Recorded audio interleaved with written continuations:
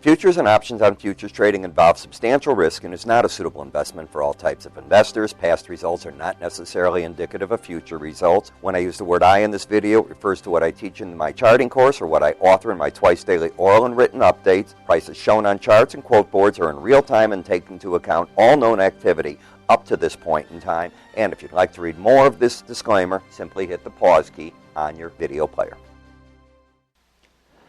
Well, good day, everyone. I'm Epstein, and here we are. And this is Wednesday, and this is July 6th, 2011, about 3:40 in the afternoon. A couple of things. I'm writing my metal report right now. You'll be able to get a copy of it tomorrow, and we'll advertise it when it's ready to be sent out. I've just about finished it all up. Want to put the charts in and put some finishing touches on it.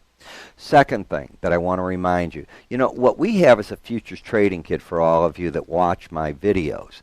And it includes the charting software you're going to see me working with right now. You're also going to be able to get access to my webinars. And these are really important because they show you what I'm doing. It's like sitting at my shoulder and seeing how I'm reviewing a chart, my oral and written updates. And all you do is you download the futures kit.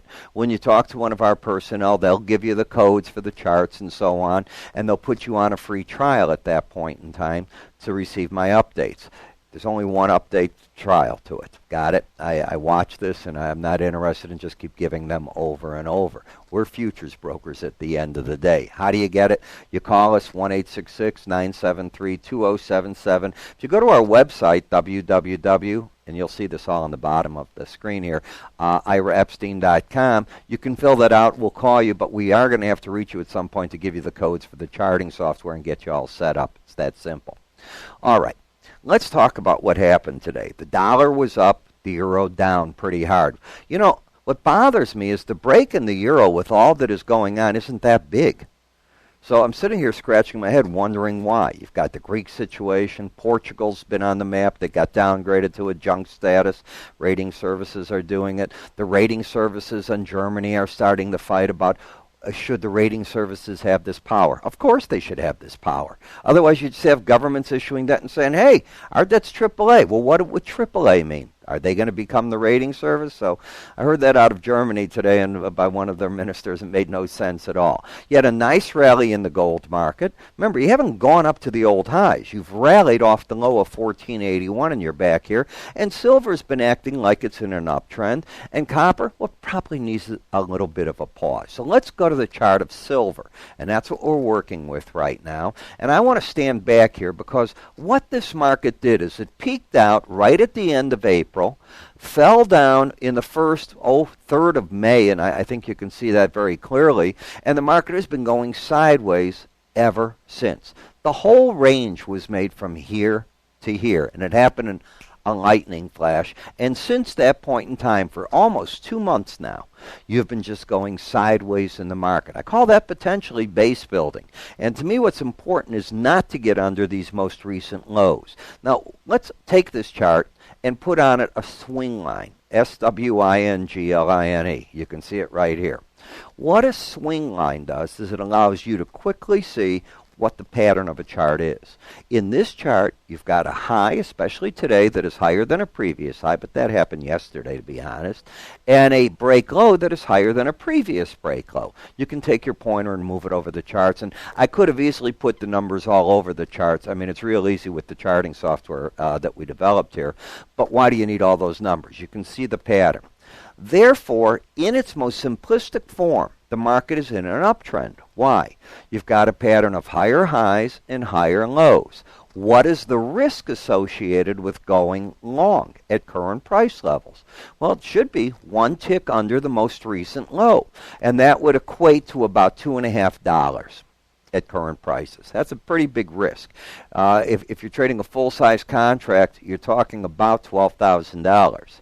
If you're trading even a mini contract, you're still talking about, $1,200. So you got to remember what these things are worth, and that's a lot of risk. However, you can't get away from the fact that the swing line is pointing up. Second important thing, I want you to look at this 18-day average of closes. When you're cleanly in a downtrend, you stay away from it often and you move away. When you're trying to figure out, or the market is trying to figure out what to do, it hits it often. Look at this uptrend back here, how far you stayed away from it. Well, that's what's going on. You keep hitting it right now, trying to, at first, prove that you were in a downtrend. Now the burden of proof is on the bull to prove that they can hold the market in the uptrend. That's how I'm viewing it. The next thing I look at on the chart are other moving averages. I view the 18-day average as the line in the sand. Then the other two moving averages, actually I use more than two, and you see that in our webinars that I talked about. The other two that are prominent that I put here in these videos at least are the 45 and the 100 day. Pretty amazing that the 45 came in today at 36.04. Market gets to 36.28 and a half, pulls back on the close around 35.90. Okay, and if it keeps going higher, 36.97 is another average. The important thing to remember is two of the moving averages are above the market offering resistance. That's what I care that you look at. Let's take those off and also look at an algorithm that is called a Bollinger Band, and it's really important in my opinion. I call this, think of a melted bottle. And that's the bottle. You have it on your stove. It melted. And now the market, this is the neck of it. And what the market's doing is it's like a pressure cooker. All this back pressure is now building within this. And it wants to come out of there. The key is when and which way. If the market were to come out of it right now, I'd say it's bullish. Why? Your swing line is up. You're over the 18-day average. Next resistance point, 37.05. That's what I look for. Gee, that number sounds familiar. If I come back here to the 100-day average, because I've just hit today the 36.04 level, well, 36.97 is that number. So I have a resistance point, let's call it the $37 an ounce area in mind. We tried breaking out to the downside, couldn't do it. Market came back and finally reversed that. Now the question is, and I'm going to repeat that, does the market have the power to go up? The slow stochastic study is not even overbought. So silver, as far as I'm concerned, is in an uptrend until 33.47 is taken out. It's not even close to being overbought. And next resistance point, let's call it the 3,700 zone. In the gold market, let's just reverse our thinking. Momentum is turned up.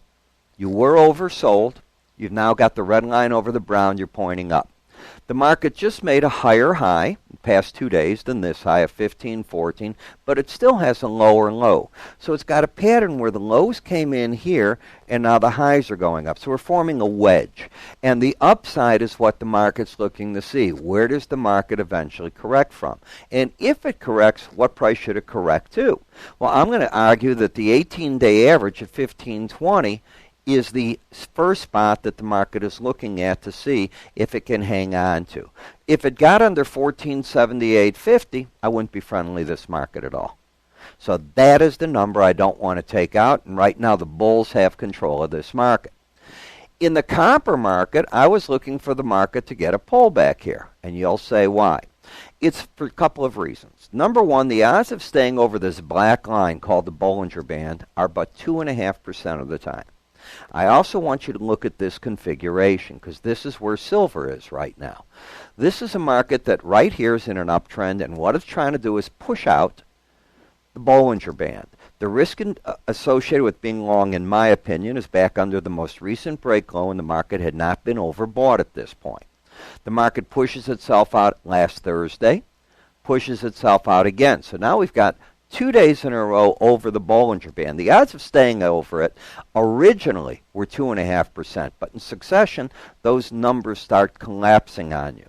And the more you go, the more you can get something like that. Now, what does this mean? It doesn't mean an awful lot other than buying over the Bollinger Band is something that can often result in, if just like selling it down here, you get the bounce, you can get in trouble. Sell it under here, you get that bounce, you can be in immediate trouble. Buy it up over the Bollinger Band up way here, you can get into trouble. You don't do that. That's what I teach. I say wait, measure dollar risk, and use that as a tool that's projected resistance. The fact that you've got to risk so much, almost 30 cents, back to that low means it's untradeable in my opinion right here. Here's August crude oil. The trend in crude oil didn't turn up here. It turned up back here when you took out this day's high. And you did that right here, and I can point to it. That ended the downtrend. If the stochastic, because both the brown and the red are under 20 at this point, get over 20, you look for the 18-day average of closes as one of the projected resistance points. If you can clear that, you start looking at the Bollinger top. So here's what the market did. This was last Thursday. This is the trade as of Friday. The market comes up. Now, what I liked was Friday's range because your risk was buying at 95.39 with the stop under the most recent low of 93.45, assuming the high is taken out first. Still a very large risk, and I use money management, and the money management says don't do anything because the dollar risk is too big. It doesn't mean the trend isn't up. The trend is up at that point in time. This is yesterday and this is today. So I still see the trend as being up, support around 94.96. However, and there's a huge however, you're now in overbought condition.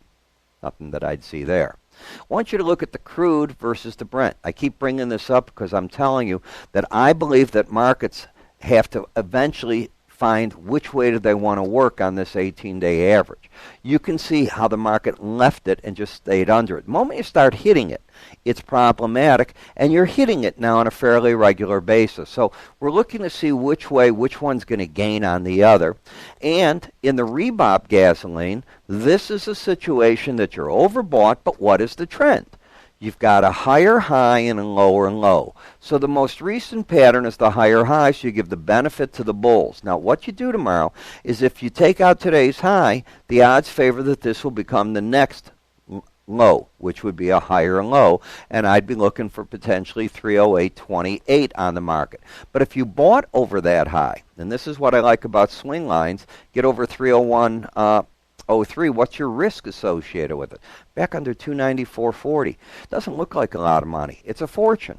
I don't see anything to do in the market because it's overbought and too much money risk. That's the parts you learn in my trading course, and I hope to see you in our chat room tomorrow because we'll discuss these things in a lot more detail. I'm Ira Epstein. Have a good day.